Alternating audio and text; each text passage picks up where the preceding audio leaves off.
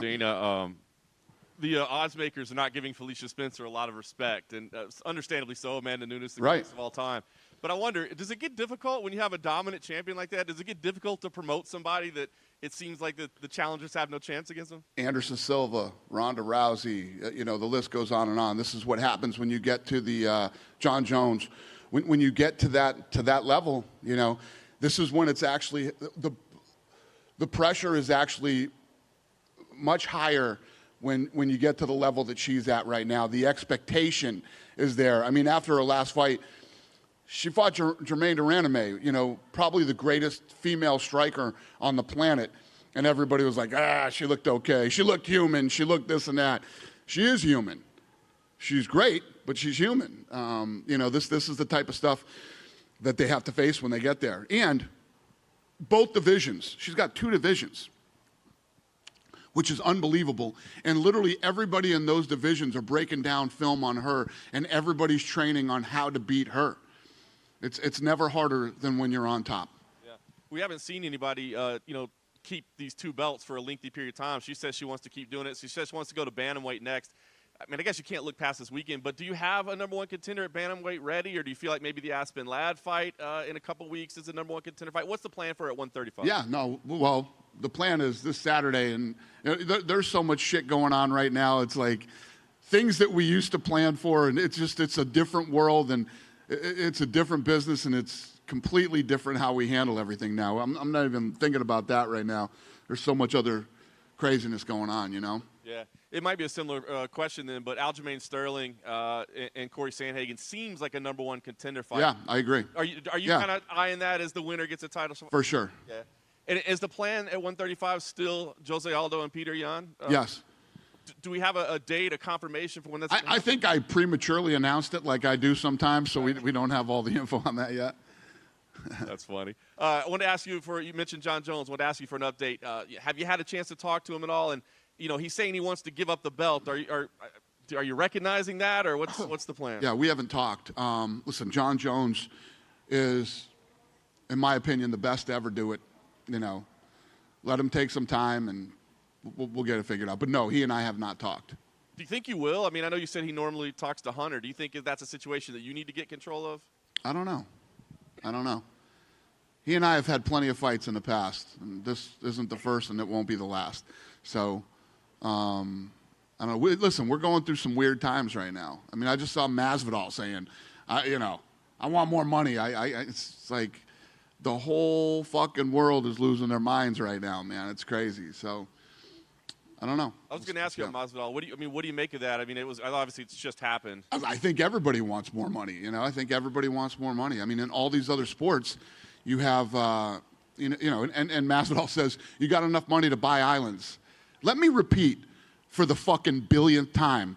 I did not buy an island. Okay, we did not buy an island, and the reason we're doing the island is so that fights can go on, and these kids from Europe and the rest of the world can make money and can work.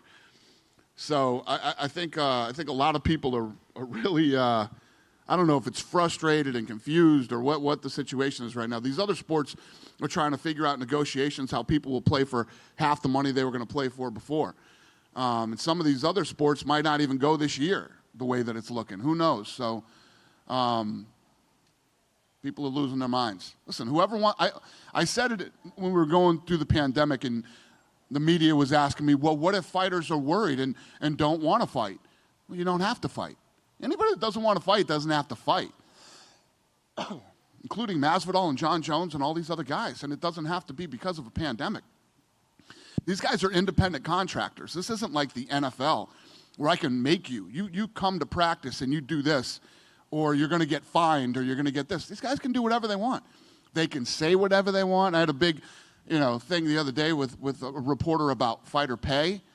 They can come out and tell you what they make any day of the week. They can do any of that stuff. These guys can do whatever they want. So they don't have to fight. And we're not begging people to fight. We're offering fights because in our contract, I have to give you 3 fights a year, right? I owe you 3 fights a year.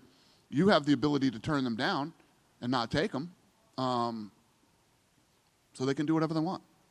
Last thing for me, Dana, I'm curious if you've seen the situation with Tim Sylvia, obviously former UFC champion. He's taken to social media. I guess the screws that were put in his arm because of the Frank Mir fight are backing out, and he's getting infected, and he's looking for money. He's saying the UFC won't handle him medically. Have you heard about From me? Not from you, not from you particularly. But I'm curious if you had heard. The last time Tim Sylvia fought here, 15 years ago, and how many fights has he had in between that and there with a million other organizations? No, I didn't see that. I mean, is that something that you would look into? Like, can you help the guy out? I mean, it was an injury sustained in a UFC fight. It wasn't what? It was an injury sustained in a UFC fight. Yeah. It's like the hardware that's coming out of his arm. I mean, I guess you're not even aware of it, so it's hard to I'm not speak aware on of it. But Yeah. I don't know anything about it. Dana here in the back, sir. Yep. Long time no see. Normally this time of year, we're gearing up for International Fight Week. The official website still has it listed. I wonder if there is a contingency in place for that. What? Ask me that again? International Fight Week. I was wondering if there's a contingency because the official website still has it listed as a go. I was wondering if it's, what the status is. Yeah, no, it's definitely, as of right now, not a go. Sure. I was wondering if there's a contingency as far as something else in the works. Yeah, I mean, last night, this city opened up again. I was out last night, and there were people everywhere. Places were packed, and but I don't know. Like I said to you guys before, unless the world changes really fast in the next couple of months and there's crowds again and all that other stuff, we're not even looking at anything like that. I'm literally looking at the rest of this year. There will be no gates. There will be no crowds. There will be none of that stuff. Okay, you already mentioned about Jorge Masvidal. I was wondering, do we have any idea what's next for Colby Covington? No. No. All right, that's all for me. Cool. Hey, Dana. Just jumping off the back of that Colby Covington thing, Tyron Woodley said earlier this week he'd been offered a fight with Covington, even after losing to Burns. Is that not the case? I don't know. He might have been. Okay. And then you spoke to Steve-O from Jackass on his podcast, and you said that it's highly likely Gilbert Burns could get the title fight with Kamaru Usman. Right. Taking into account with Masvidal and all that stuff, is he the front runner for that fight? Yeah. I mean, listen, the kid wants to fight. He wants to fight. These other guys don't want to fight. He's begging for the fight, and he's the #1 ranked guy in the world. Would that be him and Usman? Would that be a good fight for July 11th for that card? It seems like the other champions have some other stuff going on. Could that be the fight with Kamaru and Gilbert? I don't know. I haven't. Yeah. Dana, right here. Amanda said that she thinks she had the coronavirus months ago after attending an expo, and then went home. She's obviously still fighting Saturday, but did she take an antibody test to show that? Everybody thinks they have the coronavirus. I thought I was like, oh, I definitely had it. I was sick in January. It was Chinese New Year. I was playing cards every night down the thing. I thought I had it. Everybody thinks they had the coronavirus. Everybody. But her test came back negative to her actually having it back when she thinks she had it. Right. And then Alexander. If anybody had it, they wouldn't be here. They wouldn't be fighting. And then reports are Alexander Gustafsson's coming out of retirement to fight at heavyweight against Fabricio Verdum. Is that official for this summer? I don't know if we have that done yet. Okay. Thank you. Okay. Dana, Amanda could be the first athlete this weekend to defend both titles. Where does that put her in the MMA history? There we go. Your mic just came on right there. Oh, sorry. Say it again. Amanda could be the first athlete, this weekend to defend both titles for the first time. Where does that put her in the MMA's history? Listen, she's in a position right now. Everybody already considers her as the greatest female mixed martial artist ever, and one of the greatest of all time, male or female. Like I was saying to John earlier, she's in a position now where she's like Brady status. You know what I mean? She's like Brady. You just keep breaking records and trying to make the record so far out and so hard to beat that, it'll take an incredible athlete to show up one day and break Amanda Nunes' records. And I think that's, she fights for money to make a living for her and her family, and she fights for legacy now to break as many records as she can and try to get that thing so far out of reach that people can't touch her. I was also wondering how much the travel ban from Brazil, like Trump doing that, affected the events. And did you guys try to talk to the embassy or try to get the Brazilians guys here? The travel ban all over the world has been a nightmare. I mean, the whole thing has been crazy. Well, when we were heading into this thing, everybody said that we couldn't do it. And then other people said we shouldn't do it. I said we can do it, and we should. The amount of, first of all, just pulling this thing off, to be able to do what we've done so far, and to be able to do what we're going to do with Fight Island. Nobody else is doing this. Nobody's even close to pulling off what we've pulled off. And we did it right in the middle of the pandemic. And I could have done that fight April 18th. I could have done it. And I could have told ESPN, you know what, we're just going to do it and we'll air it on Fight Pass. So to say, is it tough getting people out of Brazil? Is it tough getting people out of Russia? Is it tough getting people out? It's insane. It's been unbelievably hard to do. And we had members of the media calling politicians, calling venues, calling state athletic commissions, terrorizing them that they were going to write bad stories about them if this thing happened. So to try to tell you guys how insane this has been, it's been unbelievable. Any tips where the island is? What's that? The island? Will you reveal where the island is? Yeah, probably next week. And my last question is, I'm sorry, I saw that you were not wearing a mask today during the face-offs. Yeah. So no mask for you. No mask for me. Thank you. Thank you. Dana. Hello. So what did you make of some of the social distancing differences between the fighters during the face-off? Some wanted to shake hands, some wanted to fist bump, elbow. Yeah, well, I don't think it's someone to. It's a very awkward, what do I do right now? You know what I mean? It's just everybody's trying to learn how to function in this new crazy world we live in.